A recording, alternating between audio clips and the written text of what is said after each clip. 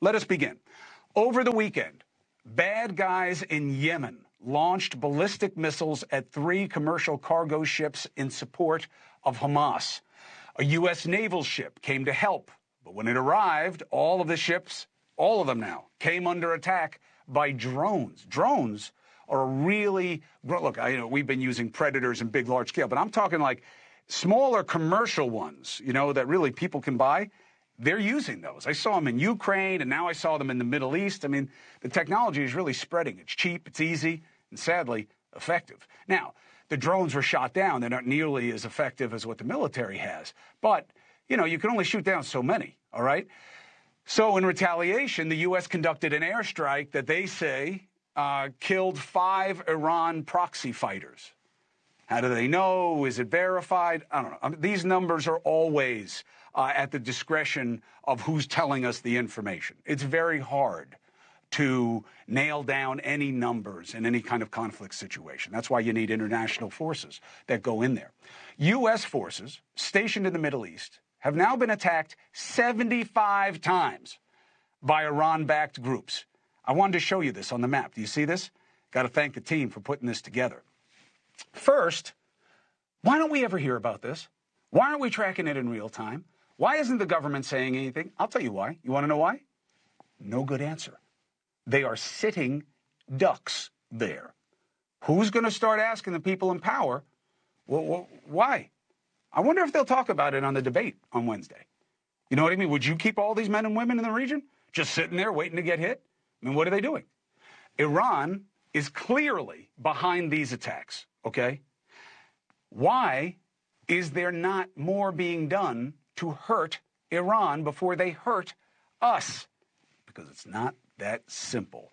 For an understanding of the point, of the threat, what can be done, what can't, the chair of urban warfare studies at West Point's Modern War Institute. If it seems like I'm impressed, it's because I am.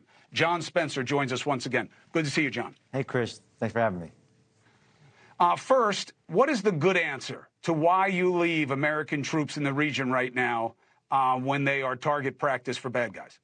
Because nobody's going to scare the American forces. We're there at invitation of those countries to fight an evil that, like we see in Gaza right now, ISIS. And you're not going to scare us away in past mistakes the Americans made when they lose American soldiers and completely leave a region to its will. I mean, it's crazy to think, like, we don't have a problem killing Iran's proxies if that's what Iran wants to do. But I agree with you that continuing the status quo clearly isn't working. It isn't working in Israel, and it isn't working in the Middle East.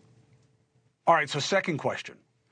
We're obviously not taking it to Iran in any way that is demonstrable to the people outside the Pentagon and maybe some select government agencies that are dealing with trade restrictions, et cetera, embargoes, those kinds of things. But what else could be done, and what can't you do? Well, the problem with proxies, Iran, the global exporter of terrorism, like I lost soldiers in 2008 in Iraq to Iran proxies. Like, it's not unknown, but there's plausible deniability. Like, oh, that's not me. And then, so you have to use other forms of national power to try to suppress Iran's behavior, but it's not working. So you have to do something. Yes, we can kill all those attacking, those 75 attacks. We can strike back. We can kill the proxies. But there has to be national level leadership to change the approach that isn't working with Iran. What could be done that isn't being done? Sanction them to the Stone Ages. I mean, but it's not that easy, right? This is national politics. More partners in the Middle East is a big part of this. There is a coalition of people that Iran forces this evil onto all across. And this is why we're there, right?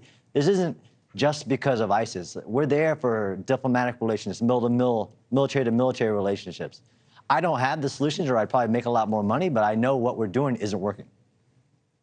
Another problem for sanctions that we've learned is often you wind up starving the wrong people. Because especially in this corrupt regime that's in Iran right now, under the guise of, being religious, they starve their own people and find ways to take the money for themselves. So that's a problem with sanctions. All right, next issue.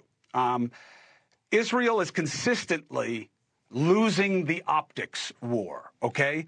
They're big and mighty. They're pounding all these people who seem unarmed. There seem to be dead kids all over the place all the time. People are increasingly, especially in America, saying it's too much. It is beyond the line of self-defense. It is beyond the line of any idea of proportionality. What are the rules, and what is your assessment of the state of play? Yeah, so the rules are very clear, and actually Israel follows more rules than any other military I've ever seen in this type of warfare. They go above and beyond.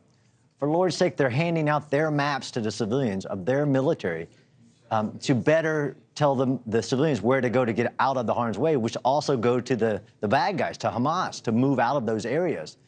The rules are that you have to prevent civilian harm. You have to do everything reasonable. But it isn't that you don't go into those areas. If that was the case, the whole world would go into chaos. Every time ISIS or any other Al-Qaeda, you name the bad guy, could seize the population and nobody could do anything about it. That's why this is really the test of the Western way of warfare, is Israel is following all the rules on when to go to war and how to execute the war. But the world is trying to say, well, you should still stop. Too many dead kids. Right. I mean, you know, I mean, the problem with fighting these terrorists is that they're not a conventional force. They're not going to come and fight you. You know, it's interesting. As a historian also and a tactical expert, people keep comparing Hamas to America back during the rebellion from England. And that, well, this is what we did. It was guerrilla warfare. They're very different between hiding around people and using kids as shields, let alone what they did on October 7th, and trying to take on a superior force by using different tactics. How do you see it? I think anybody who's dumb enough to say something like that should be forced to watch that movie, the horror film that I did this morning of October 7th, and compare the American Revolution to literally cutting people's heads off their heads and taking them as trophies, killing babies. Literally, it's so hard to comprehend, Chris, that somebody would think that way. Is it really they're that dumb? Is it a crisis in our education system, or do they have an agenda? If you're pro-Hamas, you're like pro-evil. What I saw this morning in 45 minutes of and it's just 1/10, I mean, just one fraction of what they did, was like, it's 1,000 Jeffrey Dahmers. That's who you're voting for. You're voting for Jeffrey Dahmer. Why don't they release it? Why don't they release it? Because you know that it's growing, the pushback that Israel's making up the rapes, they're making up the atrocities, and whatever was done, Spencer, was done in the name of desperation. And this is what happens when people are desperate. This is what you get for the oppression. One, again, those are people who don't know how war works. There's still rules in the execution of the war. So nobody can, if anybody tries to justify what Hamas did on October 7th, they should be forced to watch the movie. But here's the problem with the movie. It's traumatizing. I've seen war for 30 years. I've killed evil people. I've seen what evil people can do. And that video still traumatized me. It made me think of my kids. It made me think of not being able to protect my family. It is traumatic. And I understand now watching it why they won't show that. But if you're that dumb, I do wish that trauma on you. You go watch that movie, whether you're an elected political figure who's saying but or however after October 7th and trying to compare it to the civilian casualties of all wars, because Israel's numbers aren't higher than other people's, then there's something wrong with you. You know, I think that this is also maybe, look, I don't agree with the rationales, and to be honest, I don't really even understand. I don't understand the yeah, but aspect of terrorism. Yeah, what they did on October 7th was terrible, but because nobody did that after 9/11. But, you know, I've been thinking more and more. Maybe I'm too old, John. Maybe if we had had social media back in 2001, maybe what I watched you guys do when we went into Iraq, maybe people would have gone crazy here and said, you're killing too many people. You're killing the wrong people. I mean, certainly it wasn't happening. The only thing that happened was when the media questioned yellow cake, the Bush administration came after us, and the people stopped watching the news because they thought we were jeopardizing you guys. What do you want people to know about the comparison of what Israel is doing now in response and what we did after 9/11? I mean, I think that they should know that there is comparisons, and they should know the way. Like, look, if you're motivated, you're inspired by this, and you can be pro-Israel and pro-Palestine at the same time, and you can be anti-Hamas, anti-evil. If you want to compare it to the U.S. military, great. I'll show you the stats. I'll show you the figures of strikes. I'll show you the application of the use of force in urban areas. And I can tell you, Israel is doing more than we've ever done in our history, and it's being held to a standard that no military in human history has ever been held to. But it's not like they have a choice. The U.S. military has never fought a battle where there's rockets going over my head to hit my family a couple hundred meters behind me. And there's been rockets every day that Israel's been in Gaza, headed towards civilian sites. The U.S. military has never had to do that. John Spencer, I really appreciate our conversations. I appreciate, you're a rare combination for people.